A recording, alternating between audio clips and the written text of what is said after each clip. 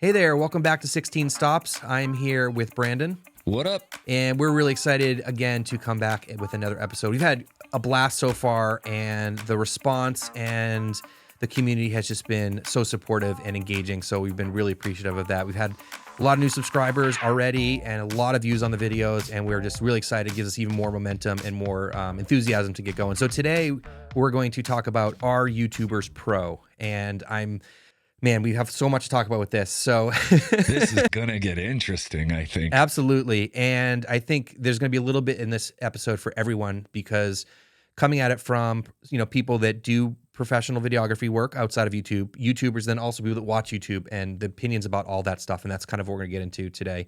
So as usual, thanks everyone for the support. We really appreciate you sharing the podcast both in public and in private, and it's meant a whole lot to us. So thank you again for that. And we like to encourage all of you to send in questions, comments, and topic ideas. So please send those to 16stopspodcast@gmail.com. There's a link in the description. One housekeeping thing I want to mention is, because Brandon and I are both running this channel, when you see the comments, I think mostly it's going to be Brandon in there. It's mostly me. I think Brandon is probably better at the comments than I enjoys it maybe more than I do too. So Josh is like the king of like the one word response. Send you a link to the answer. I try to get in there a little bit more. Yeah. So it mostly will be Brandon. If it's me, maybe I'll say it's me or whatever, but it'll just say 16. So anyways, I don't want to bring that up. All right. So today's topic, as I said, are YouTubers Pro? And we have been really heavy on the gear stuff so far, which of course we're going to talk a lot about gear on this podcast, but we take a little bit of a break from that. So personal stuff. Pull back just a little bit. Yeah, pull back a little bit. Of course, there will be some gear stuff in there. So a couple of personal things first. Brandon, how's the FX3 going? Oh man, this is such a cool camera. I really like it. I just got back from Yosemite, went to shoot Firefall. Again, this is like my 5th year in a row chasing that thing. And I decided to take the FX3 instead of the R5C. And it performed beautifully. I loved how small and fast, just how easy it was. And I'm probably going to return it. Okay.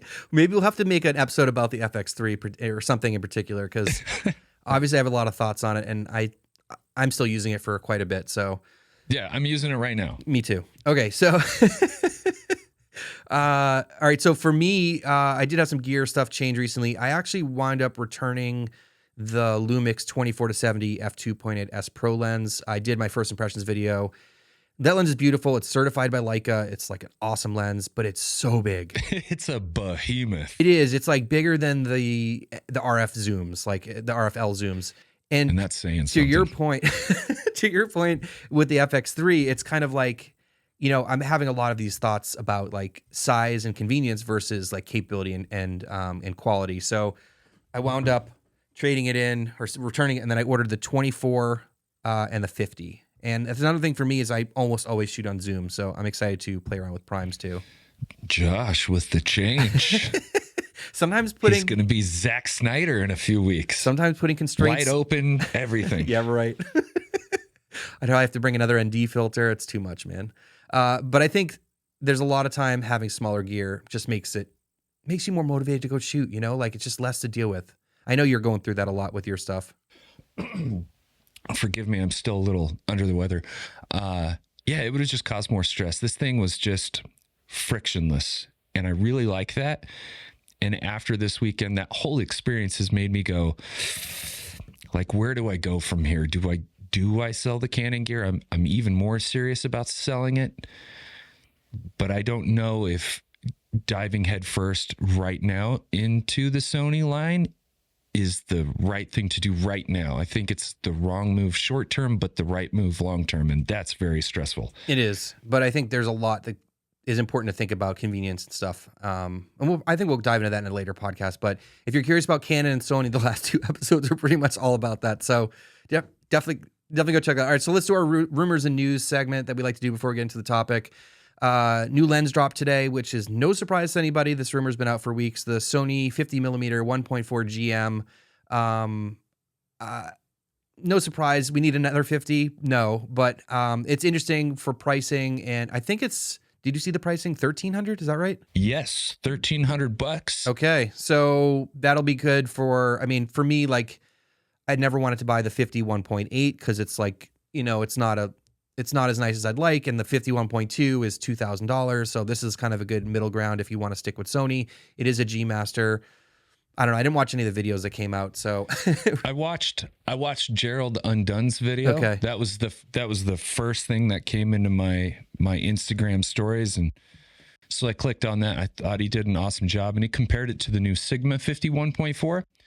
And so if you haven't seen that video and you're thinking about one of those two lenses, I would definitely watch that video. Cool. I will definitely check it out later. All right. So other things, there's a rumor about a new sensor for Canon, which I think came out about a month ago, but people are still kind of talking about. Is this the super high dynamic range sensor? Yeah. So from what I saw, it's like a 1-inch sensor, and it's going to be used for mostly like surveillance and stuff. But so you can kind of peer into the shadows a little bit better. Yeah. So maybe that tech gets trickled down into, or trickled up, I should say, into like other larger sensors. But it's cool to see new tech. Was there anything interesting about that stood out to you other than the dynamic range? It was like 24 stops or something crazy. Yeah. I mean, that was it. It was like, what? I mean, that's pretty nuts. I mean, that would fix Canon's dynamic range problems. Man, stick that in the R5 Mark III. Still only going to give a C-Log 3. Still only going to give. It's not capable of handling that. All right, so C-Log 2 doesn't make sense. So blah blah blah blah blah. So there was a new rumor about a Tamron lens, and it was like a week ago it came out. There was going to be a lens that came out, and then Sony Alpha Rumors dropped a picture of a Tamron 20 to 50 f2, and so pretty unique lens. Okay. And then very quickly it was a fake. Oh, really? Yeah. It was the Sasquatch running through the woods. I don't know if you call it a Sasquatch, but pretty quickly, if you looked at the image, you could see it was Dustin Abbott's photo of a different lens. There was like literally the DA symbol on there, and it was just rotated, and they just changed a couple of the numbers.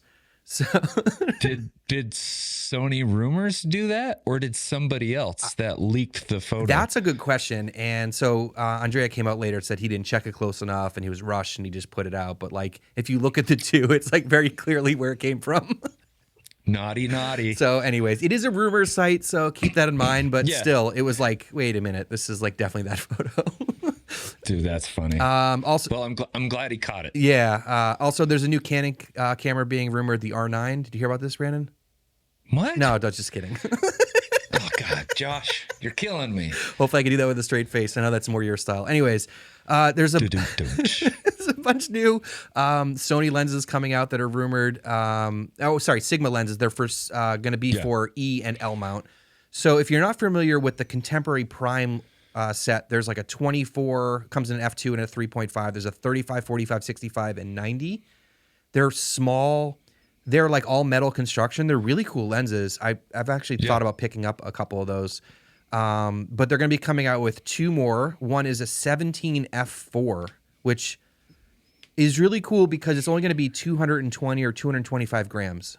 So that's very tiny. That's like the size of that Sony 51.8, right? It's roughly. I don't know the weight, but yeah, it's going to be 220 grams is like super lightweight. And so there aren't a lot of wide primes available for E-mount. There's, you have the Batis 18, you have the 14 G Master, and then, you have a couple of the zoom lenses. I'm probably forgetting something in there, but that's going to be cool. Like I could really see that great for real estate. I could see that for vlogging, especially because it's super light. And that's for L mount as well. So keep that in mind too. All right. And they're also going to come out with a 50 f2, which we need another 50, Dude. Yeah. But that rounds out that set. That's going to be a really, really solid set. And that's, again, for both E and L mount. Those are full frame lenses. And if you ever look at those, you see the DGDN or DCDN. DG is for full frame. DC is for APS-C. If anyone doesn't know those, all the letters for that. So there's another lens coming out that's going to be for APS-C. So that line, there's the 16 f1.4, the 30 f1.4, the 56 1.4. Awesome lenses. I've used the 16, and those are for ELX and micro four thirds. And they're coming out with a 23 f1.4. So that's going to be awesome for APS-C cameras. Nice. Yeah, so a couple more options out there for Sigma's just crushing it. They're putting out everything right now. Dude, they're doing a bang up job, and they're taking care of those, Super 35 / APS-C sensors, which is nice. Yeah, and that's going to be it for X mount too. So the APS-C one. So that's cool to get another lens for Fuji gets some love. Yeah, absolutely. So some red news, Brandon. Oh, I knew you'd be happy to talk about this. yeah. Jared Land posted a photo of the Komodo now having a made-to-order monochrome sensor. And of course, I got tagged in that post a few times. Good golly, I would love one. Good golly, I would love one. So why would you love one, Brandon? Like, why would you want to only shoot in black and white? Well, I love black and white. I have no problem shooting just in black and white. I don't know if you saw Jonah Hill just did kind of like almost like a documentary thing that he did on a therapy session he did with this therapist. He shot it just in black and white. It was beautiful. Freaking loved it. So I definitely could. I mean, Leica makes a monochrome sensor for like the M's and the Q2. And if I got a Q2, I would totally pick up the monochrome version. But there's also, some advantages, and I am not like you, Josh. We have different brains, right? But the monochrome sensors are more sensitive, like ISO sensitive, and you can raise those up a little bit higher and they stay much cleaner. So Komodo's probably biggest downfall, well, I don't want to say biggest downfall, maybe their biggest downfall to just strictly image quality is probably the noise in higher ISOs. Sure. And so having a monochrome sensor in a Komodo is definitely going to help with that. The only thing you're losing is the color. The only thing. But yeah. It's just, dude, I would absolutely love to have one. So I definitely see this as a thing for photos. I can't think of a lot of situations I would want to shoot black and white for video, but yeah, that's okay. Yeah, I know. I've wanted to shoot a video in black and white video. Like, yeah, I've never got around to do it, but I had that idea a while ago. So for me, I shoot a lot of jiu-jitsu stuff, and that just happens to be a medium that works for me perfectly for black and white. Gotcha. Like most of the photos I take are black and white. Most of the photo or video I do is black and white. And just the gritty nature of jiu-jitsu, I think, lends to black and white really well. And so shooting something like a really big tournament with pyrotechnics and all that crazy stuff, because it's so dark, that environment, like a gnarly jiu-jitsu tournament is usually really poorly lit. So for me, I'm like, oh, that would be pretty rad. All right, maybe we'll have to do a podcast in black and white. Wow. All right, so we got two new Leica lenses. There's the 35 f2 and the 50 f2 Summicron for L mount. Mm-hmm. Just they affordable lenses. I think they're like they're like 2,500. They're over $2,000. Yeah. I'm sure there's not a lot of people on those getting on those lenses, but they're two new lenses coming out. OM Systems somewhat recently put out a 90 f3.5 macro. So just want to it exists. Give them a shout out here too. OM Systems. Nice work, OM. Still putting out cameras or lenses or whatever. Another thing which we haven't talked about is the fact that YouTube Shorts got monetized a few weeks ago, and I have so much to talk about with short form, long form, and so do you. Maybe that's a whole nother topic. We should start. But I've noticed. I don't know about you, but like it happened like what, a week or two ago. I don't remember. February 1st. February 1st. Okay, so I noticed my date. subscription feed is just full of shorts now. It's like mostly shorts. It used to be like one single row. Yeah. And now there's like 3 separate rows. It's like you get some long form, a short, long form, a short. So I definitely see the increase of shorts, which is what they want, right? That's what YouTube wants. So they're getting it. Yeah. You're getting this whether you like it or not. We're going to shove it right down your throat. So Brandon and I did the opposite. We're going to drop 1 hour podcasts. Suck it, YouTube. Anyways. Well, I mean, given the response, I don't think long form is dead by any means. No. But we haven't made any shorts for the podcast, and I don't plan on doing that. Yeah, we're going hardcore long form. Yeah.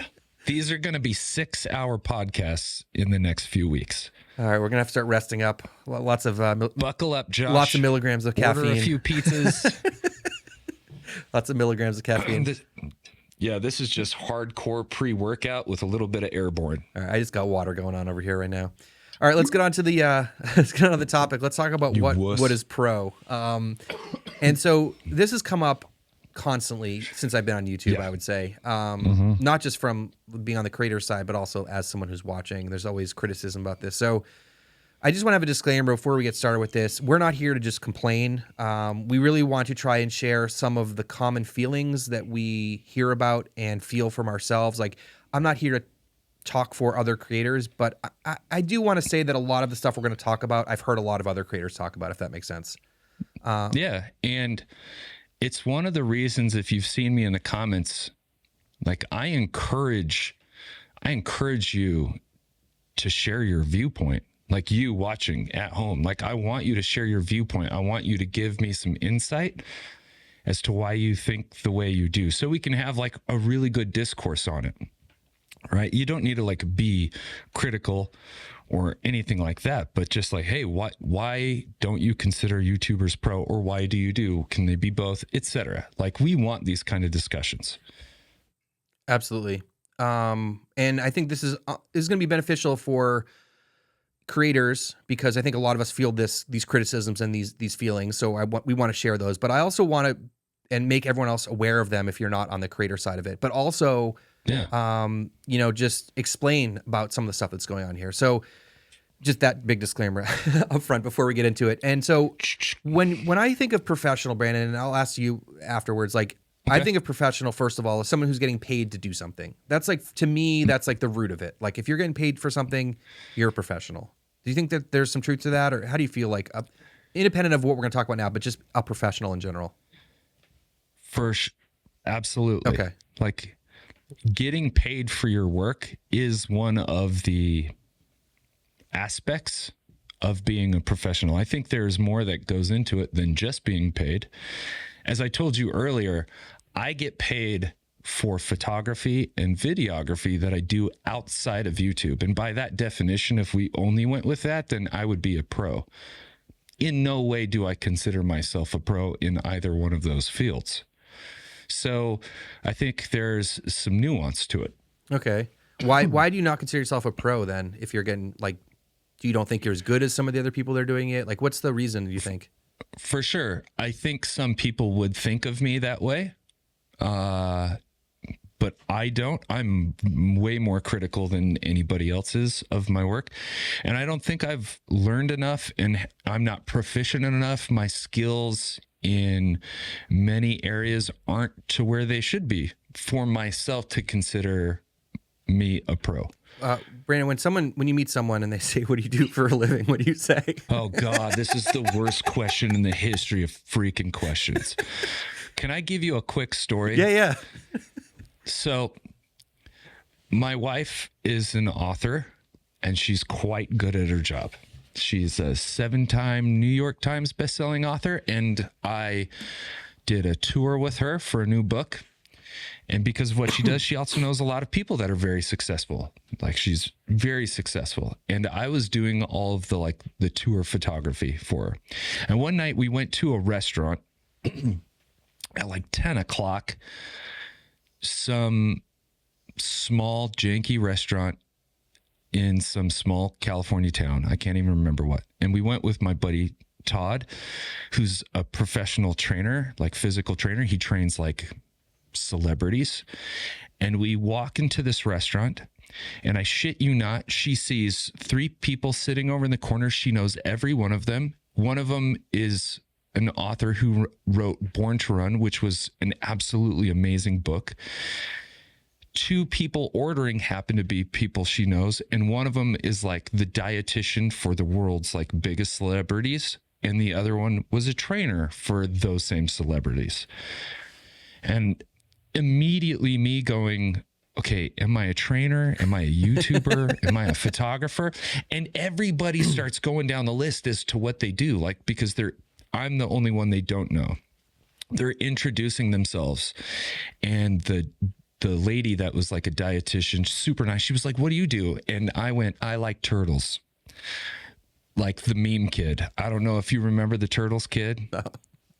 No, God, Josh, you just blew it. Anyway, I thought you were gonna be like, I'm with her. no, I literally, I was so dumbfounded about how to answer this question and the lack of confidence I had in what I did. Like, telling people I'm a YouTuber sometimes can be kind of embarrassing. It's like, oh, you're a 40-year-old that makes videos for the internet. Like, I got so self-conscious that I was like, I like turtles. And that was me using humor as a way to deflect how like shitty I felt about it. So I hate that question. If people ask me now, I just say like video production. Yeah. There's been, I think, one time where I was like, I'm a YouTuber. And they were like, oh, that's cool, because they were young. You know? Yeah. Like, I don't say it to like my peers. There's just, God, Brandon's doing yet another job that's not actually a job. Yeah, so I just usually say videographer lately. That's what I've been saying, because they're like, oh, okay, cool. And if they want to know more, then they're like, well, what do you do? And I'm like, and then I start telling them. But videographer is pretty encompassing. I feel like I'm pretty safe with that. All right, so I think we have a lot of different ways to kick this off. I guess we already did kick it off, but there was one comment that came in on, I think it was the last video, that I want to read so we can just sort of start this discussion, because I think this is very sort of typical of some of the comments that we get as YouTubers, and I think a lot of the feelings and stereotypes that are out there. So I just want to read this. So, we need to stop pretending we are creatives, filmmakers, and photographers, etc., and just accept the fact that we're all camera technicians. As such, we are always looking for ways to justify our gas purchases, gear acquisition syndrome, which me and you definitely have. Always looking for reasons to switch to the newly released camera. The true professionals are out there working instead of watching and making gear videos on YouTube. My wife is a pro portrait photographer.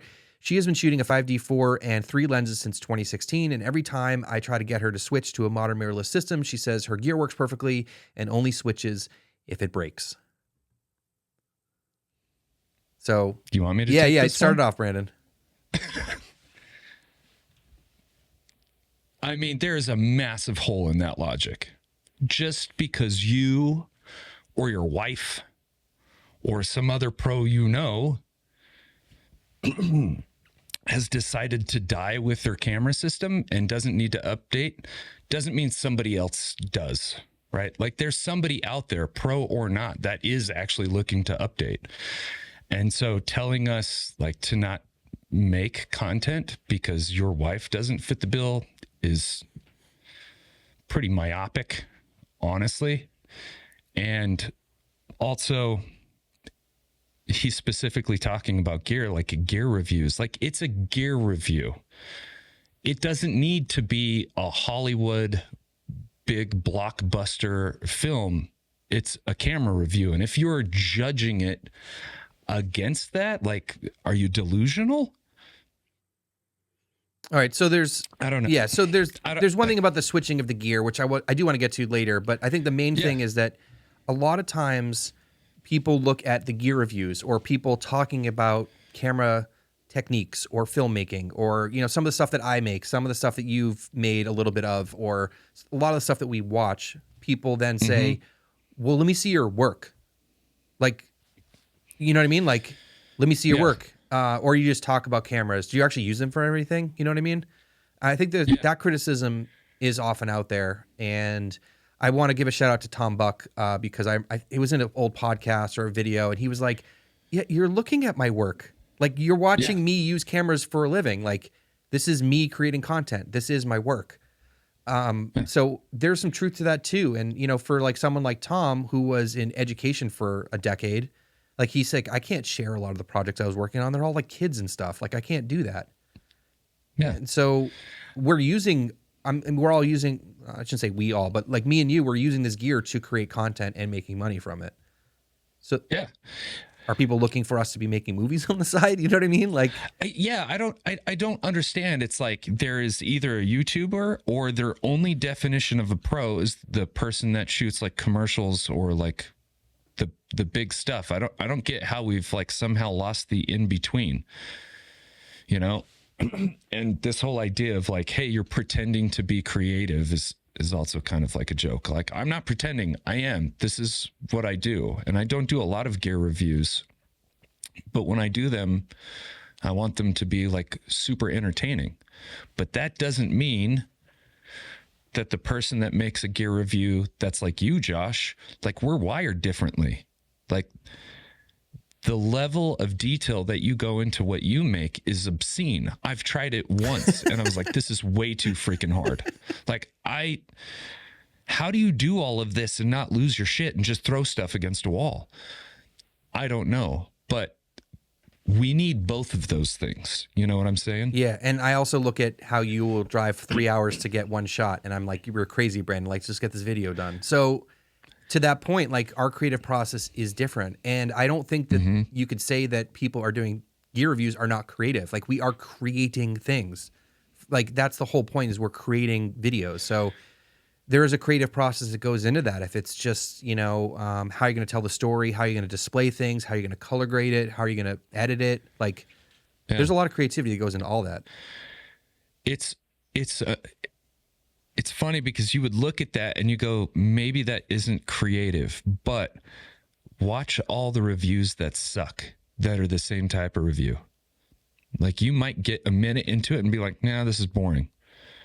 But you can watch one of your videos and it's a 15-minute video and watch the whole thing. Like that takes skill. That takes practice. How many people like Roger Deakins or Craig Fraser do a YouTube video or somebody like that and they put something up and it looks like garbage? So those are the pros. And sometimes I watch them attempt to make a YouTube video and I was like, that's pretty bad. Yeah. So yeah, that skill set is weird and different.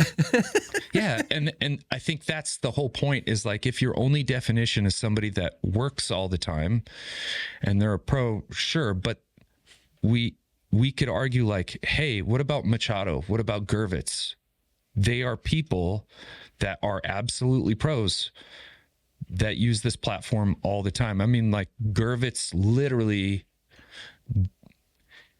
was able to make a feature film because of YouTube. Yeah, we're seeing such high-level content on YouTube. Like you mentioned, Danny Gevirtz. Like we could throw out some other names. Like I know Josh Yo creates incredible videos and films, whatever you want to call them. I know has been very influential to you. Mark Bone, you'd mentioned like Wandering DP.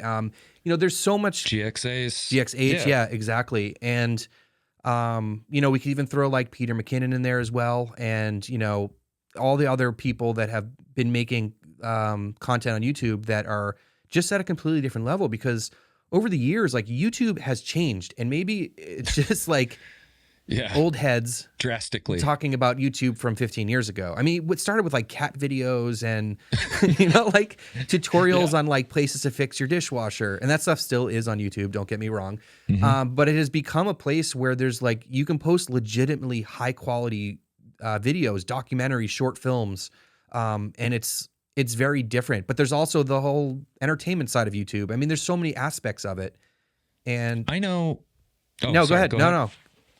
I was just going to say, I know for me, it wasn't a big budget movie that got me to want to do YouTube or photography or videos. It was a YouTuber, because those big budget films, I know, hey, you got a cast and a crew and a horde of people making those things look amazing. But then one day in 2019, I started watching YouTube and I saw Josh Yo make art now. I don't remember what video it was, but he blew my freaking mind. And I went, that's what YouTube can be. That's what one person did on this platform. Well, then I want to do that. Yeah. And we have the ability to, I mean, the barrier to entry is like zero at this point. And that's one of the beautiful things I love about YouTube is that, I forget, maybe I heard Casey Neistat say this once. He's like, we all push the upload button the same way. Like we all go through, you know, like we all go through the back end of YouTube the same way. Like we all can start with any video we want and post to YouTube. And that's incredible to me. And we have such high quality gear, fast computers. We have all the information online that we want to learn any of these skills, from filmmaking to lighting to audio to color grading to editing to storytelling. We can, if you want to learn this stuff, it's out there. Like you can grab a fairly inexpensive camera and a laptop and make amazing content. Yeah, I can proudly say everything that I've learned so far, not saying it's amazing. Again, I'm very critical of myself. Everything I've learned, all the techniques have come from watching YouTube tutorials. Like the Wandering DP, I learned a ton about lighting from him just by watching his videos. And then I started implementing them. And no, I'm not like a pro at it, but it instantly improved everything. Part of being a pro is also being technically proficient with your equipment. There is some stuff that I learned from like Pal to Tech when I was using the XT3. If it wasn't for some of his videos, there's no way I would have been as proficient, as quick with my camera, which meant I probably would have missed some of those photos that I got that I thought were awesome and that people paid for. So to come on and be like, stop making those, you're just pretending. It's like, dude, you are not seeing the whole picture. And of course, like I thought, I mean, this is a very small portion of our subscriber list, but we did a poll as to what people thought were pros or if YouTubers could be pro. And the loudest group is certainly the minority. The people that are like, there's no way. They're like a very small sliver of what our community thinks a pro can be. All right, so we're going to start by talking about like the photo video space, but a lot of this can be extrapolated to other groups, obviously. So I see the like people that make content like gear reviews, tutorials, and let's say that's all they do, right? Mm-hmm. They're not doing client work, they're not making short films, they're not doing any, they're not doing photography on this, they're not doing anything, they're just making YouTube videos. And then you have the people that are kind of doing both. I'm in that world, like I have client work and I make YouTube videos. And I think there's people trying to transition in both directions. Like you have, like we mentioned, Danny Gewirtz, who, you know, was doing some filmmaking, but like launched his filmmaking career through YouTube. And like, that is incredible. Like he used the framework of YouTube getting sponsors to help pay for videos, to make these spec ads, to make these short films. And he just put out a feature or is working on putting out a feature. Right. Yeah. And then you have, you have people on the other end who are actively working full-time as videographers and filmmakers who are like, you know what, I'm sick of working for other people. I'm going to start transitioning into YouTube. So there's no like black or white with any of this stuff. Like it's such a gray area.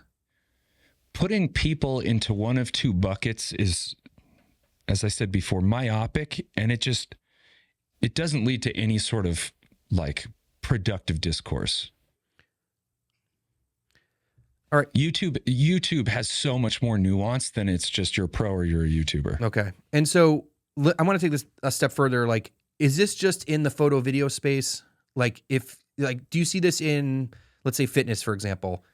Oh, for sure. Yeah. Okay. Abso-freaking-lutely. You know, and man, I think it's even more so in that space. Social media has done a lot to add confusion to the fitness space, because it used to be the pros had like credentials. They, you know, went to college, they got their CSCS or something like that. And so they had like a plaque. They had something to be like, hey, I'm a pro.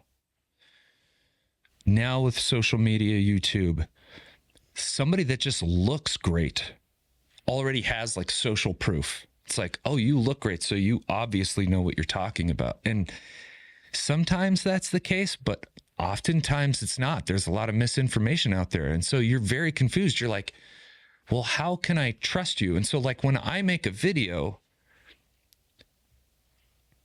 like, am I supposed to put my entire resume before every video I make? Like, okay, I've been doing this for 20 years. I've got my master trainer from, you know, I've got a performance exercise specialist certification. I'm a corrective exercise specialist. I got my level 3 from Athletic Republic and sports specific training, yada, yada, yada. I did all of these things. I worked with the Seahawks. I've worked with the Eagles. I worked with guys from the Giants. Like, am I supposed to put that before every single video so I can, you know, differentiate myself from other people on the thing? No, it doesn't make sense. Like, God, those would be awful long videos. So I felt that way about the farming space too, for sure. When I was doing, Did you? Yeah, I mean, what business do you have telling me how to plant my crops? Well, I mean, that's a yeah, that's a whole nother discussion. Did you run into that? Like how was it for you? Like what happened? Because this is such a different, Well, for me, it was different because I was showing off like a different kind of farming that wasn't very commonly accepted, right? Because most people think of farming, Gotcha. tractors, chemicals, large scale agriculture. I was talking about Like I just did, right? so, but when I'm like, yeah, you can make a living at this, then they're like, what are you talking about? And I'm like, yeah, like this is how much money, like this is what I'm making. Like some of my family income does come from the farm, but I'm also doing YouTube at the same time. Mm-hmm. And to your point about like not having to display your credentials all the time, I think is a struggle. And I think that's also why YouTube's amazing because anyone can post. But what comes with that is that anyone can post videos. So like when you watch a gear review or a tutorial, there's no one checking to make sure that those people know what they're talking about. Anyone can post a video. So us as viewers, which me and you both have to do when we're looking at any of this stuff, we're looking for information, is you have to like research the people you're watching. You have to figure out if they are, know what they're talking about, if they, like are credible people, because anyone can post anything. Yeah. And the opposite is also true. Anyone with a keyboard can say whatever the hell they want. Yeah. I don't know. But I think a lot of people, but I think a lot of people make that jump too quickly, and they say like, okay, well, we've seen a few people post videos that were not good, bad information. Yeah. These people know what they're talking about, and then they have this like this stereotype about YouTubers, right? And there's this whole like negativity at YouTubers, like you guys don't know what you're talking about. You don't even work on a film set. You've never even made a video. Like I think that's where that goes. That's where it comes from. Yeah, I really don't think they understand how difficult this platform is. Like it's really difficult to show up completely authentically as your most authentic self. I think it would be pretty easy for me to make a copy of myself. Like it's me, but it's not me. And I could kind of put that out there and almost use that as like a shield for all of the verbal bullets that are instantly going to come my way.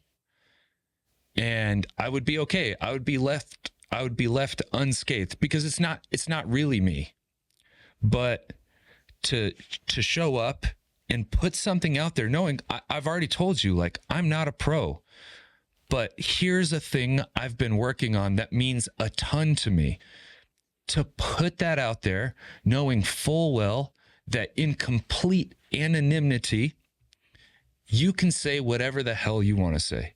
You can trash it, you can belittle it, and you can do so without any recourse whatsoever is really hard.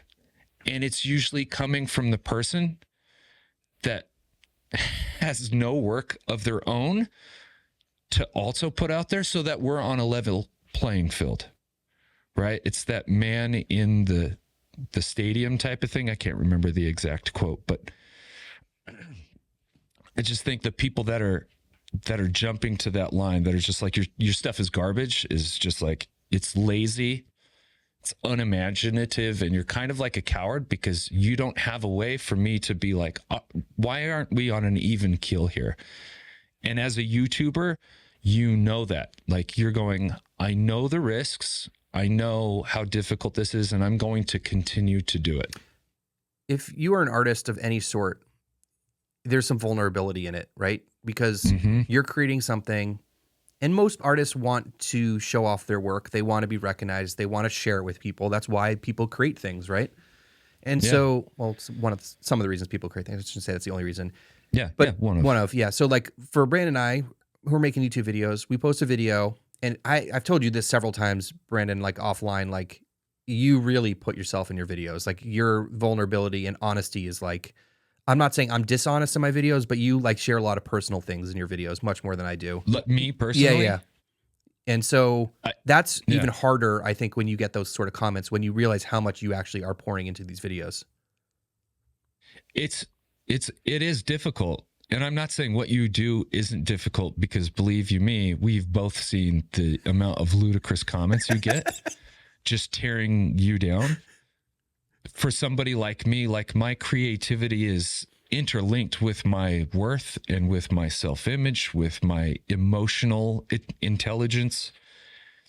And I talk about some pretty heavy things on my main channel, not my camera channel. Right. It just doesn't belong there. But on my main channel, I talk about things that are really affecting me because I want people that are watching to go, oh yeah, like this means something. There's some value. I think if I came across and just gave you superficial, low-hanging fruit stuff, like it's just not going to impact you in a meaningful way. And I never got on this platform to not do that. Like, I want to add value, to tell a better story, to create change, have some sort of an impact. And the only way I can do that is by being me.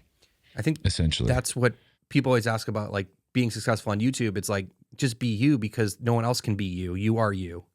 And I always found it interesting so my farming channel grew fairly rapidly. And then the next year I went to go work at a nonprofit urban farm, which was like open to the public. And so people would just stop by because I was very private with my personal life. But there it was like, well, you can just show up, like here it is where, and people would come and they talk to me like, oh, you're just like the same dude in the videos. And I'm like, yeah, of course I'm the same dude in the videos. Like, this is me, you know what I mean? And so I do want to talk about the comments though, because like you said, people drop comments and I always click on their, like, not always, but sometimes I'll like be curious and I'll click on their account and there's no videos. And I'm like, I mean, 98 times out of 100, like there's no content on those channels. So like, I can't see what they do, like I don't have any justification for their comments. I think it's interesting because it's like, oh, YouTuber, you have an opinion? Well, then show me proof of concept. Like, show me your work. It's like, you also have an opinion. You have a very strong opinion. It's just the opposing opinion. So why don't you have to produce work as well? That's what I mean. Like, let's get on a level playing field here, even keel, right? But more often than not, it's the dude that's kind of like hiding behind the internet wall, like trying to hit you, poking you with a stick and just being like, ha ha, you can't do anything about it. And it's hard because as a creator, it's those 2 out of 100 comments that are the harshest comments that you could ignore the 98 good ones, and the 2 bad ones, you're just like, you'll think about them. There's no way around it, dumbass. Yeah. Anyways, I don't want to like harp on the comments too much. And like, I do enjoy like when there is good discourse, like you had mentioned earlier, and people are having a conversation, but being civil and like accepting other people's opinions and viewpoints and stuff. There are plenty of comments on there that are critical, and that's okay. As I've said, I am not a technician of the camera like Josh is. That's like his forte. And I'm not a pro. I am not a Deacons or somebody else to that level. Like I'm just me. So I'm human. I'm going to make mistakes. And so I welcome you to be critical. If you want to criticize, like, hey, let's figure out a constructive way to do it. If you want to see us change, if there's a comment that's just like your stuff's garbage, like we can't do anything with that. So please continue to be passionate and leave comments. You can be critical of me. I'm saying at least me, because I'm way more critical than you could ever be. Like you would have to be way better at shit talking to actually affect me. Well, I think that people don't realize is how critical we are of our own work. Most of us are. Like, oh God, like there's not a day that goes by that I'm just like, Brandon, you're an effing loser and nobody wants to watch this. And I can't tell you how many videos I've shot 4 or 5 times because of that voice in my head saying that as I'm making stuff. Yeah, or just like the perfection of, the production or the, all that stuff that we obsess about that you don't see behind the scenes. And then someone goes, oh, that light is a little bit too bright in the background or whatever. Who was it Justin Phillips that posted something the other day? He was just like, yeah. I don't want to paraphrase it too much, but he was basically like, he made a video about the Sigma FP, and after a year of using it, and people came after him, and he was like, what? I told you everything. I used the thing for like 9 months.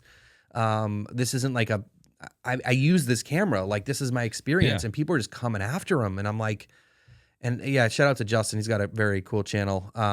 And so, yeah, there's just a lot of that feeling out there. But let's talk about gear for a minute, Brandon, because of course we got to talk about gear. I think I need to come down too. I'm a very passionate person, and And if I get riled up, like the part of my brain that's logical just shuts off. Somebody just flips a light and I just like start just blathering. So why don't we bring it down a little bit? Okay. I don't think you're that worked up Because right I now. was I think you're like three I have quarters. yet to get to the point where I'm just like, yeah, just come find me. This is my face. I have a face. I didn't just put my initial on there and then no videos on YouTube. You can actually see everything about me that you want to know, and you could very easily find me. All right, let's talk about gear, because I want to talk about camera gear reviews, because I mean, most people watching this, that's what we're into, right? So Let's do all it. right, so I think there's a criticism which ties into what we were talking about before, is that, okay, so you're a camera gear reviewer, you don't work on set. So like you don't understand the workflow of working professionals. That's a common critique, right? You hear that or you see that a lot? Yeah, I mean, we know exactly who said it, and it's kind of a cockamamie idea. Maybe for some YouTubers, yes, but for others, that's definitely not the case. Yeah. And like, yes, I'm not on set with large crews, but I know people. But you also don't have to be. I agree. Like if I'm here, my job, like on the videos that I make, most of them is to review the gear and to recommend or not recommend certain things, and try to help people say like, oh, if you are shooting this kind of stuff, this camera would be good for you. If you're going to be on larger sets, then you probably want to look at something like this. Doesn't Yeah. That's the thing. Like, if I watch a guy like Robert Machado, you can differentiate his type of review from your type of review. Absolutely. Because he's a guy that does that. And guess what? His reviews mirror that. It mirrors the gear, the lighting, everything that he would use on set, lighting techniques, whatever. His channel is very much like that. At what point have you ever put anything out that's like this is a great camera to use on set? Never. The people that are watching your stuff know exactly what lane they kind of fit in. And it's probably pretty similar to yourself. Yeah. And, you know, I'm 100% going to always say, like, if I don't know something, I say I don't know. And so, like, someone asked me the other day, I was doing a live stream and someone asked me, like, about high-end cameras like the Venice 2. And I was like, dude, I've never seen a Venice 2. Like, I don't, like, that's not my world. Like, I would refer you to somebody else. You know what I mean? I don't know that much about that stuff. So, what about pros switching gear? So this goes back to the original comment, also going back to our switching to Sony first episode. Pros don't switch gear. Yeah. What's that all about, Brandon? Well, one, it's not true. Pros do switch gear. Do they switch as much as some other segment? I don't know. Probably not. You know, there's a couple of things that go into switching gear. I've talked about me, like just now on this episode, talking about switching gear. Like, I'm super invested into the Canon ecosystem. And even though in the long term, switching to Sony is a better value proposition, switching right now, like, I just don't have the money to do it. Like, I would lose a ton of money. So for that reason, you're probably not seeing people switch gear. To say it's just pros, like, that's not true. Cam switched gear. He's a pro, right? Because he thought, despite the short-term loss, switching to the Sony system would be a better value proposition in the long run. And so he did. And that was a business decision for him. Yeah, that wasn't like so many people in his comments were like, this is because you're a Sony shill and you're going to get sponsored by Sony. Do you think the gear that they're going to give Cam, if he was to even get gear, would, what's the word I'm looking for? Justify, if he thought for a second that the quality wasn't as good as he needs to have it, would justify him leaving a system he already knows and trusts? Cam's making 5 figures on a shoot. The guy's working with some huge brands. That long term is going to bring in way more money than him getting like a few bodies and a few lenses. So, yeah, agree with all that stuff, Brandon. But I think a lot of people see these, I'm switching to whatever videos, and they go, those guys aren't pros. Like, I think that's where that disconnect is. Like, if you're pro, you wouldn't be switching gear. I think that's where a lot of the stereotypes fall into place. Yeah, but like, are pros not switching gear because they're pros, or are pros not switching gear because, one, You've invested so much time and money into the system you're on that learning a new system would affect your income. I bet you the reason pros don't switch gear isn't because they're YouTubers or not. It's because they've sunk so much money into a system that they can't afford going to a new system, or that it would cut so deeply into their workflow that would also affect their income. Yeah, so I bet those are bigger reasons than the whole YouTuber argument. Yeah, I have friends that shoot on Canon, and I was talking to them. They were like interested in like trying to play with Sony cameras. They're like, look, first of all, I'd lose so much money if I decide to do this. But second of all, like they have a look that they've worked on for their work for so long that they would have to spend a lot of time learning the new system, learning how to get those looks out of it. Like they would have so much down productivity that it's just not worth it. So it's hard for them. But in some situations, it's the Avid Media composer situation. I've heard this from our friends that are editors in the Discord that are like, people that use Avid are so sunk into Avid, but the systems that are operating Avid are so old and outdated that they can't actually switch. wow. It's like we can't like upgrade. Like we're kind of stuck. It's almost like the United States power grid. It's like it's going to cost too much money and it's going to cost too much time to switch things over. So we're going to run it into the ground. So maybe that's where a lot of these, they see like, oh, a lot of pros don't switch because of all the things we just mentioned. So when they see a YouTuber talk about it, they're like, oh, you're not a professional. And the other thing is like, they just might not care. Like I have a friend, Larkin. She is absolutely one of the best wedding photographers in the world. She is insane. And she shoots on like 2 older Nikons with a 35 and an 85. And I remember her talking about like during a trip to go shoot, like she flies all over the world to shoot. During a trip, one of her cameras broke. And I said like, hey, like maybe it's time to like step up to whatever. And she was like, no, I know this camera. Like it doesn't make any sense. Like I'll just buy this old one and it's good enough. And I've made my career off it.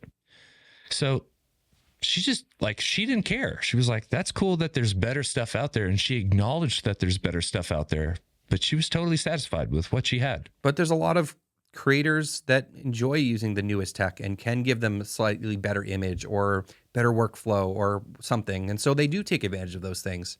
Like if like, I don't know, me switching to Sony has nothing to do with going to the newest or best gear. Like I'm switching to a camera that's, true. 2 years old.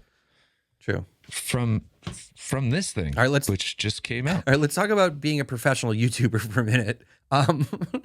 So this is, I guess, kind of funny. That's why I'm laughing, or I don't know why I'm laughing, but either way. So Josh, stop laughing. This is serious.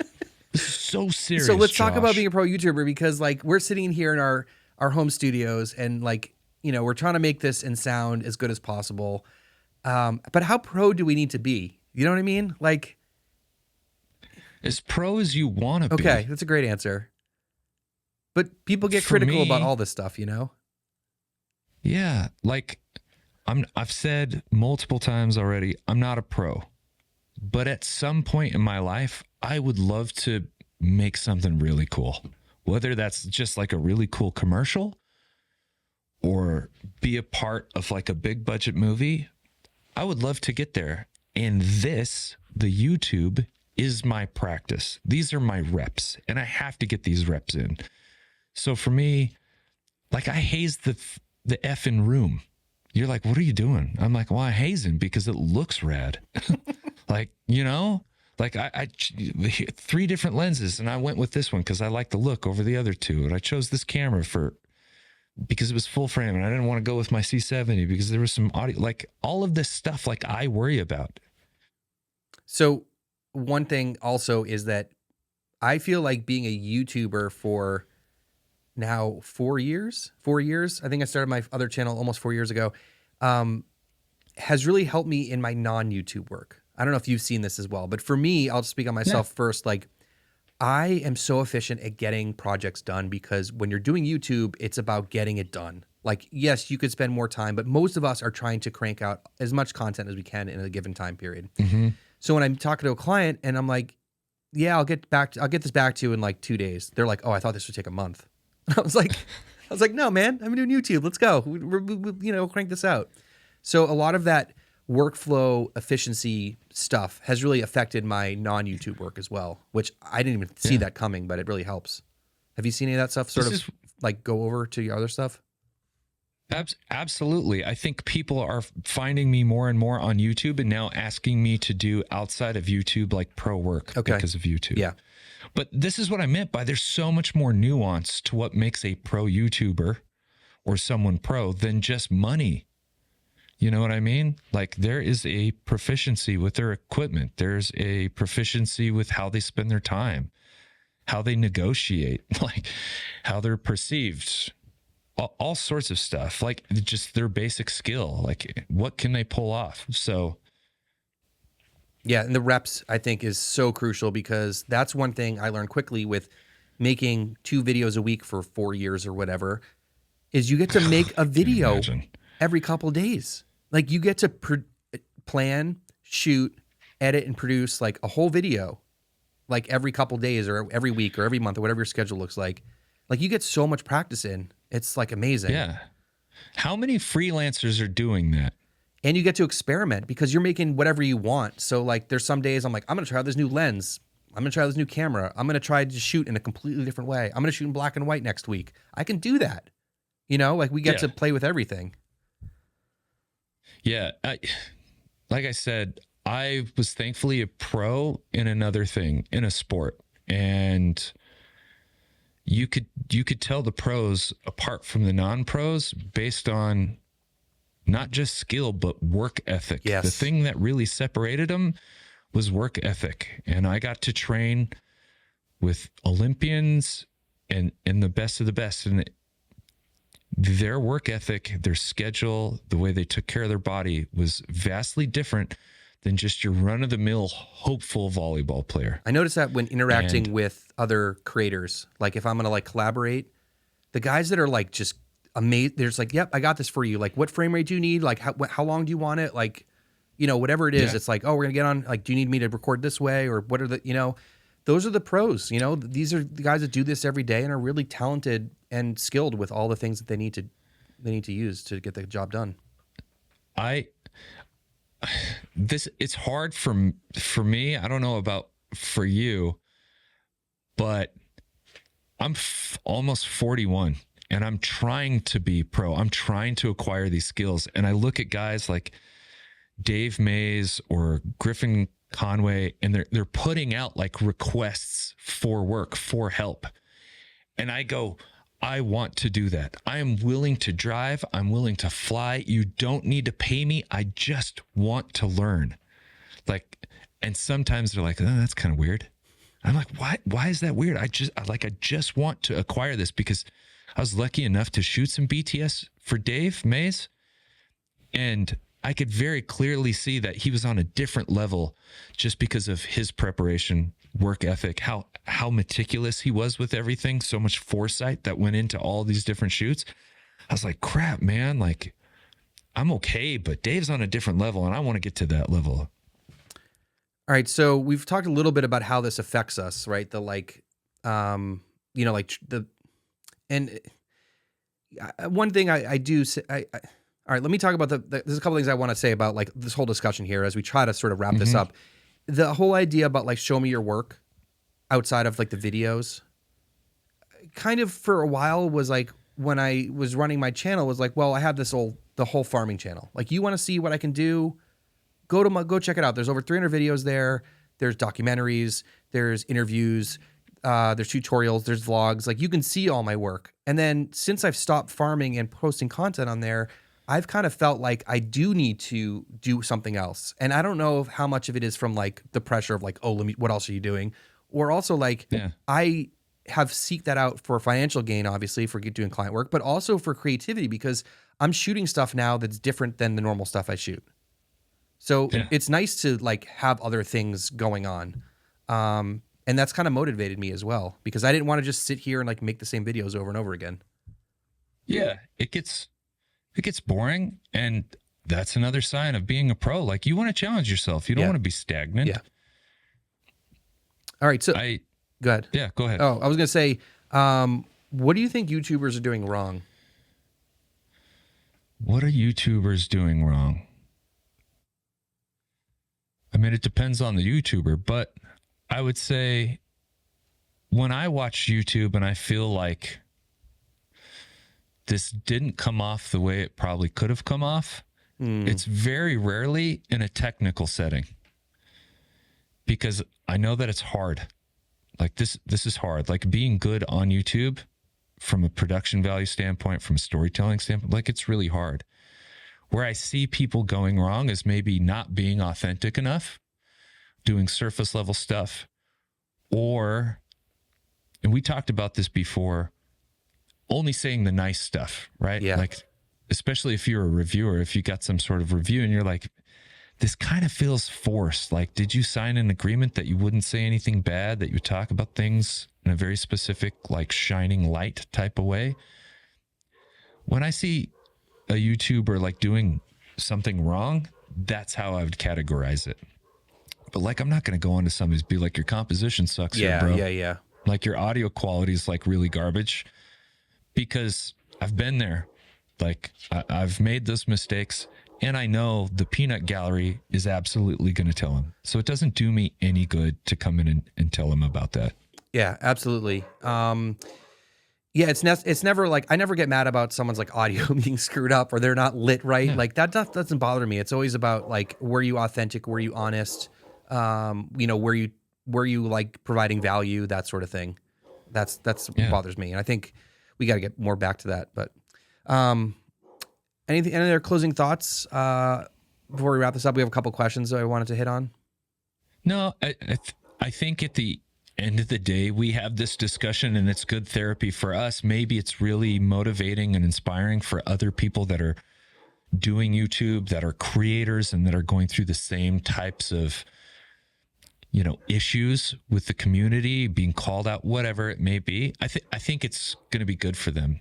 But I think the people that are saying like your stuff is garbage, like you're pretending, they're not going to change. And that's okay. So it's a great discussion. I think it needed to be said. I don't know how much change it will affect. But if there's somebody on the other side and they go, oh man, I never really thought about that. And maybe they start treating somebody else differently, like, cool, then it was worth it. Absolutely. And I think there's a lot of creators, and I said I didn't want to speak for all the creators out there, but I think there are a lot of creators that are feeling this frustration, these emotions. So we're just here to like let people know that we're part of the discussion here. And if you're watching, like, it's important to understand what's going on the other side as well, because it is what it is as an artist, as a creator. All right, so a couple questions one was over email and one was, I forget where it came from, Brandon. So let's get on to the first question. And if you'd like to have your questions in these videos, make sure you submit them. We would prefer short videos so we can actually include the video, because that would be a lot more fun. But anyways, we have a question here from Jameson Hubbard. And he said, I'm just starting out on wildlife videography, just bought my first camera, the GH6, and I've been confused about the adaptability of lenses from other brands, specifically Canon EF lenses and Sigma EF using the Metabones active adapters. This could be a future topic, maybe. What kind of drawbacks can one expect in terms of autofocus, stabilization, etc.? Are there any benefits aside from being able to use other lenses that you might have on hand? So what are your experiences with adapters and it sounds like speed boosters too, if you're talking about GH6 and Metabones? Yeah. Or as Dave Mays calls them, the turbo booster. Shout out again to Dave Mays. I love that Dave calls it a turbo booster. It makes me giggle every single time. Dave, please do not stop calling it a turbo booster. I have 2 or 3 use cases where I've used them. When I had a Blackmagic Pocket 4K, I used it so I could use EF lenses, because those were a lot easier to get than micro 4/3 lenses. Well, not easier to get. There was just advantages, Yeah. So I use it for that. And then I use it all the time on my C70 and my Komodo. I have like a Viltrox locking speed booster that I use. Okay. So just a little note about speed boosters is that's a term that was coined by Metabone. So a Metabone speed booster, but they're technically called focal reducers. Yeah. So this is me turn on the technical part, Brandon, which I know you like me to do. Turn it on, Josh. Flip that switch, buddy. It's the opposite of a teleconverter where it magnifies things. It's like a reverse magnifying glass. And so it funnels more of the image onto a smaller sensor size. So you essentially, in terms of a GH6, you'll get like a APS-C size image onto a Micro Four Thirds image, or in the C70s situation, you'll get a full frame image onto a APS-C or Super 35 image. So there's a few benefits here. You get another stop of light than what you would normally get out of the lens, because most people understand that like an f2.8 puts the same amount of light to the sensor no matter what size sensor it is. So if you had a speed booster, focal reducer, you will get one more stop of light. So that is a benefit. And so you do get a wider field of view, which is really handy in a lot of situations, because if you're trying to get a wide field of view and you can't back up, right? Yeah. It's great to have that ability. And you also get more depth of field, because the reason you get more depth of field is that because you have a wider field of view, you can then move the camera closer to the subject. And that's what gives you a more shallow depth of field. I made a whole detailed video about how speed boosters work. I'll leave that linked in the description. There's some technical stuff to understand, but there's some drawbacks, of course. Anytime you introduce a piece of glass in line with your image, you have the potential to degrade the image. So in the case of the Canon speed booster, I found a lot of purple flaring with heavy backlit situations, and in sunny situations, I was getting like a purple circle in the center of the image. It's been documented on YouTube from a lot of people. So there is obviously issues whenever you add a teleconverter or a focal reducer, but they can be really cool in a lot of situations. Yeah, I mean they can be super handy. And how well they work really depends a lot on the lenses and the system. There's too many variables. Sometimes the autofocus works great. Sometimes the stave works. Sometimes it doesn't. It really depends on, if you're putting a Canon lens on a whatever body with what speed booster. Like, there's a lot of variables out there. So I try to just use it if I'm using like manual lenses or in a manual situation, because of that. There's like some variables and I'm like, I don't want to chance it. So I don't want to have to rely on autofocus. So that it just takes some of that play out of it, I guess. I have seen, I have used the Canon focal reducer and the Viltrox one, which is also an EF to RF focal reducer. That's the one I have, yeah. And yeah, a lot of times autofocus does work really well. So, I used it, was it our second episode? I mean, I used it on the C70 quite a bit, so I can use that Sigma EF. Right.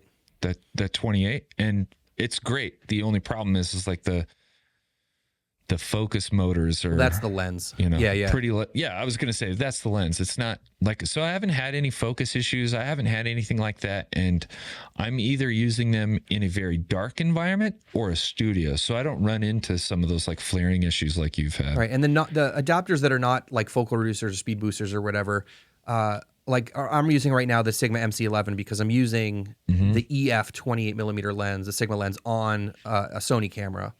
And if you use a Sigma art lens with one of those Sigma adapters, it works pretty much natively because it just works. But if you put an EF lens from Canon on there, it may not work as well. Anyways, there's a lot of variables. All right, next question here, and it says, can we please explain why Canon has a lens problem? EF being phased out, no third party.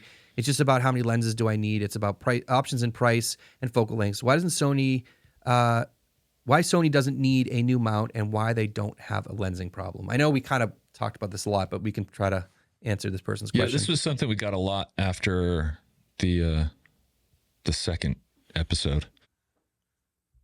Okay. Well, I think partly the E-mount. No, it's okay. We'll just. You're like, great work, Brandon. You crushed it right there. Yeah, Go ahead and take it, Josh. Yeah. So the E-mount,